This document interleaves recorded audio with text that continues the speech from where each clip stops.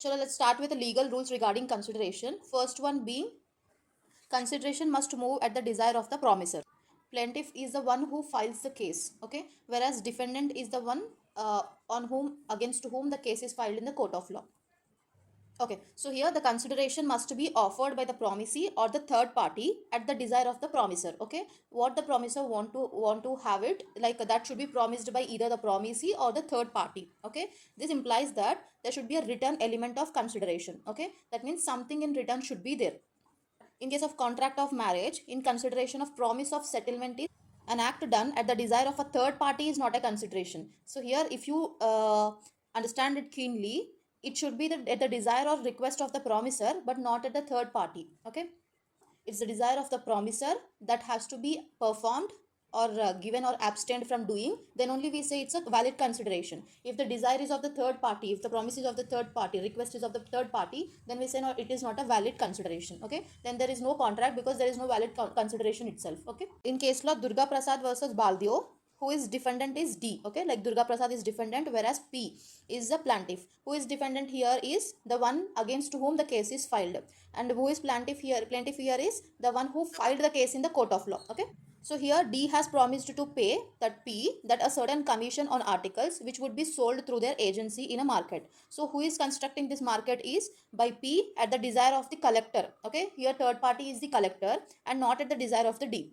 D was not bound to pay as it was without consideration and hence void. See here, if you could see, D and P are the parties to the contract. Okay, where D has promised that he will pay a certain commission on sale of his articles in the market. Now market is constructed by P, but here construction of market is made at the desire of the collector but not D. Okay, D is not the promisor here. It is not happened at the request of D itself. Okay, so here it is happened, the consideration is happened at the request of the third party who is the collector in this case. Okay, so here we can say it's not a valid consideration, therefore it is not a valid contract at all, hence it is void. Okay, so here R has saved S goods. Okay, in example 5, R has saved S goods from fire without asking to do so. Okay, S has not asked R to save his goods. Okay, so R cannot demand any reward or for the services made because the act is being done voluntarily. Okay, they didn't enter into any contract and nothing is there, so it is the act done voluntarily.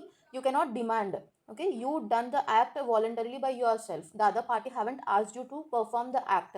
So here, as it is done voluntarily, it's not a valid consideration. Next legal rule is that consideration may move from the promisee or any other person. So in the first one, what we have seen is consideration must move at the desire of the promisor. Okay, firstly the consideration desire should be at the request or at the desire of the promisor, but it should be moved from the promisee or it can be from any other party also. Okay, the third party is also fine. In India, like the consideration may proceed from either promisee or it can be moved from any other party who is not a party to the contract also. Okay, if you could see in the definition of consideration as per section 2D, that makes it very clear that when at the desire of the promisor. Okay, firstly the desire should be of the promisor itself. Okay, if it is not at the desire of the promisor, it's not a valid consideration. Okay, so this is mandatory that at the desire of the promisor, the promisee or any other person, okay, it could be a promisee or it can be a third party who is doing something, okay, who is doing such an act is called as a consideration. Okay, in other words, we can also say that a stranger can be there in a consideration, but there should not be any stranger to a contract. Okay, so if we see in example 6, the old lady has made a gift of her property to her daughter. Okay, giving a direction at the time of gifting is that she has to, like the daughter has to pay some annuity. Annuities means like fixed amount of money every year or every periodical interval. She has to pay a certain sum of money to her maternal uncle. Maternal uncle is nothing but mother's brother. Okay, mother's brother. Okay, for the daughter he is the maternal uncle. So the old lady, what she did is she directed her daughter that she has to pay some certain sum of money to her maternal uncle, the periodical intervals. Okay, and on the same day when the old lady is executing the gift deed to the daughter, on the same day itself the daughter also executed in writing that in favor of the brother, that is the maternal uncle, she has to, like she is agreeing to pay some annuity. Okay, like fixed sum of money every periodical intervals. Okay, but what happened, the daughter did not pay the annuity, so the uncle sued to recover that. Here uncle, the maternal uncle, he is having the equal right to sue her, right, because they have entered into a written agreement there. Okay, so the uncle had sufficient consideration to recover the money from the daughter. This has happened in Chinnaya versus Ramaya case in 1882. Okay, so the maternal uncle can recover the money from the daughter. Okay, like he can sue her in the court of law because he is having the contract executed in writing, which is the sufficient consideration to recover the money from the daughter. Next legal rule for a consideration is that it has to be executed or executory consideration. Like we need to understand what is executed consideration, what is executory consideration. A consideration which is that in which there is a performance of an act, it is said to be an executed, okay. But a consideration which has a promise, okay, by one party, then we say it's an executory consideration, okay. The promise by one party may be the consideration for an act by some other party, and it can be vice versa, okay. See, executed and executory is nothing but in the executed consideration both of the parties performance has been happened, completed, then we say it's an executed consideration. Whereas for executory, it's that one party will perform the act where the other party is making the promise that I will perform it in the future, okay. They are not performing now, they are promising, like one party to the consideration or contract, they are promising that they will perform the act in the future. So that's the reason why it's an executory consideration, okay. So he's promising, right? That is what the promising, the consideration is also executory consideration. If you see the example, A is paying 5,000 rupees to B, whereas B is promising to deliver him a certain quantity of wheat, okay, within a month. That means at a future period, right? Within a month. Now now A is paying money, but B is saying that I will give you goods, like that is the quantity of wheat, certain quantity of it he will give in a month, okay. So here A is paying money and B is promising, B is merely making a promise. So at the part of the B we can say that it's a executory consideration, but at the part of A it is performed, right? The 5,000 rupees has been paid already, so it is executed. Whereas at the part, from the point of view of B, it's a executory consideration. Consideration may be past or present or future, okay. If you could see in the definition also, as per section 2D, the consideration, like the words given as has done or abstained from doing, that means in the past, if we have done something or we have not doing we have not done something in the past, that is also a consideration, okay.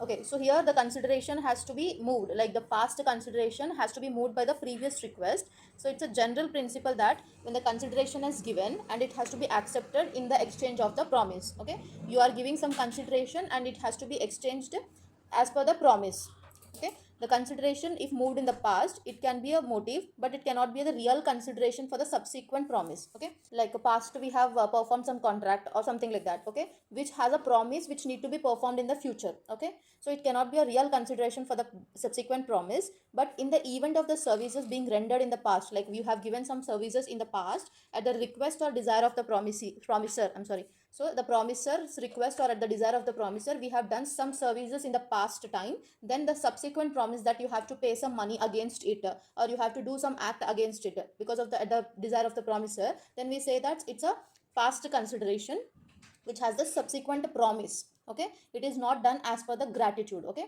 It was not a, the past consideration was not done, was not for the gratuitous consideration, okay.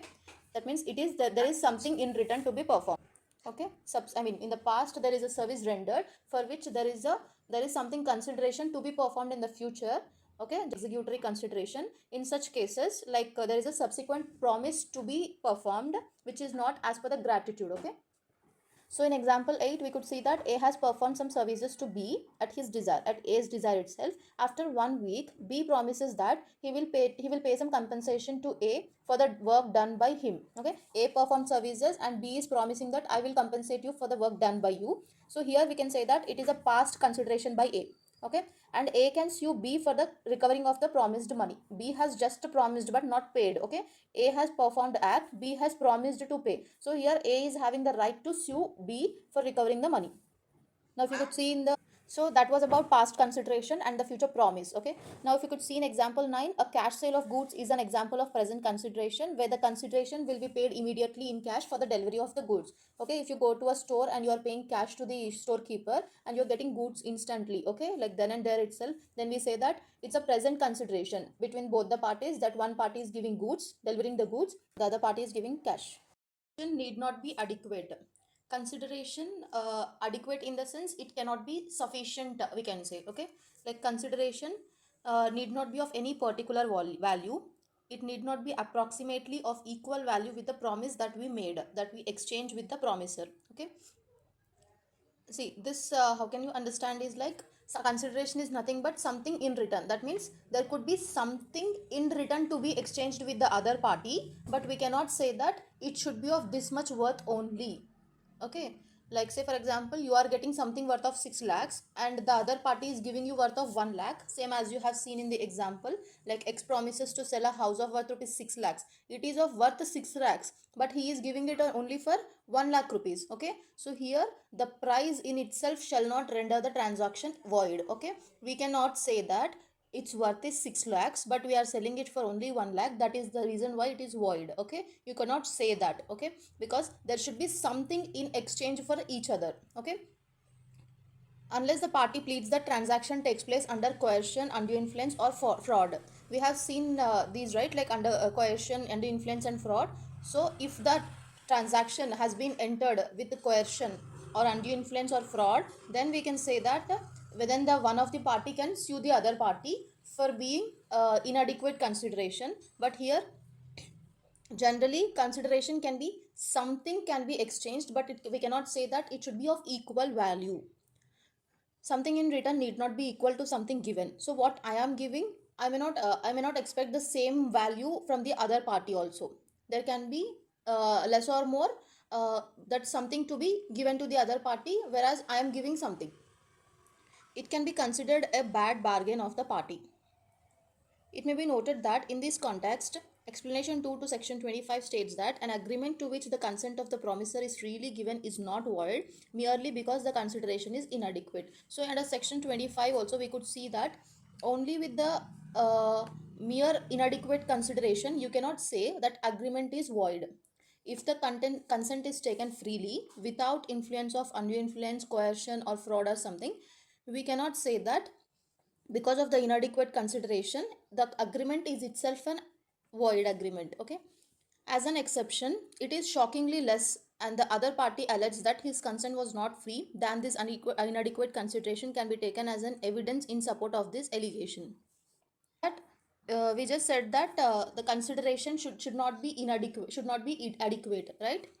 The consideration should not be adequate. That means it can be less or it can be more than the value that we are exchanging with.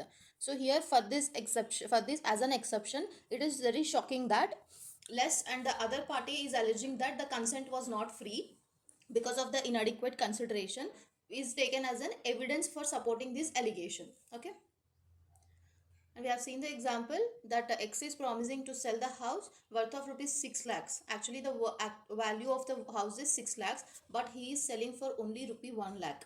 Okay, the adequacy of the price in itself shall not render the transaction to be void. As the transaction has been entered for the lesser value, we cannot say the agreement itself is void because of the inadequate consideration. Okay, unless the party is pleading that he want to sue the other party because the consent was not free, it was due to coercion, undue influence or fraud. Okay, unless the party is suing, we cannot say that the transaction is void. Okay, so the next one being the performance of what one is legally bound to perform means, see, I'll just give you an example. In a court case, one person came to give witness. Okay, so giving witness is his responsibility within the society, that he has to support to the case, like he has to tell what has actually happened. Okay, for which asking the consideration is not correct. Okay, so asking consideration for acting as a witness is void itself. Such a contract is void because it is for consideration. It is for want of consideration. Similarly, there's an agreement between a client and a counsel, whereas client paying the fee for the getting the case success, then it is fine. That is a contract which is a good consideration, involves good consideration. Whereas upon success of the case, if the client is paying any extra money to the counsel, then we say that there is no equal consideration between both the parties. That means upon success we are paying him more than what is required, more than what the fee is. Okay, so in that case, for the more amount, the excess amount that we are paying, we are not receiving anything as a consideration, right? So that's the reason why this case, like in the event of success, if you are paying the excess money, for that excess money this contract has bad consideration, so it's a void contract, we could say. But other way, like where a person is promising to do more than that he is legally bound to do such a promise, provided it is not opposed to public policy. Okay, see for example, the council is there. So the council here himself is there saying that I will help you to get the success in the court case. So he is going beyond his levels, and he is helping the client, and he is getting the case success. Okay, in that case, if it is not opposed to public policy, like if it is not harming any public, and he is striving for the justice only, then we can say that that consideration is good consideration. Okay, and it should not be vague or uncertain. That means it should not be confused, it should not create any confusion among the parties, and it should not be uncertain, it should be clearly defined. Okay, so here consideration must be real, and it should not be illusory. Okay, it should not be unimaginable, something like that. So consideration should be real, and it should not be illusory. It must be having something, some value under the law. If it is legally or physically impossible, we cannot say that it is a valid consideration. Okay, say for example, dead person, a man is saying that I will make a magic, and I will make the dead person live again. So it's impossible, right? Like the person who is already dead, we can't make him live again, we can't make him alive. So it's impossible. So here we say that the consideration is void consideration, there is no valid consideration existing. And a person who is promising to discover treasure by magic is also an impossible act, where we say it doesn't involve any valid consideration. Okay, so consideration should be real, it should be like possible to happen, then only we say it's a valid consideration. So consideration should not be unlawful, it should not be immoral or opposed to public policy. That means it should not create any harm to the public at large. See, only the presence of have a consideration in the contract is not sufficient, but it should be legally acceptable, it should be lawful, it should be legally acceptable in the court of law. Okay, so it should not be immoral, or it should not create any harm to at large, then only we say it's a valid consideration. As an example, we can take ABC Limited is promising Mr. X that in a government bank I will get you a job for which you have to pay 50,000 rupees. That means it's like paying 50,000 rupees and getting a job is not a valid consideration between the parties, because it is opposed to public policy. Giving money and getting the job is opposed to public policy.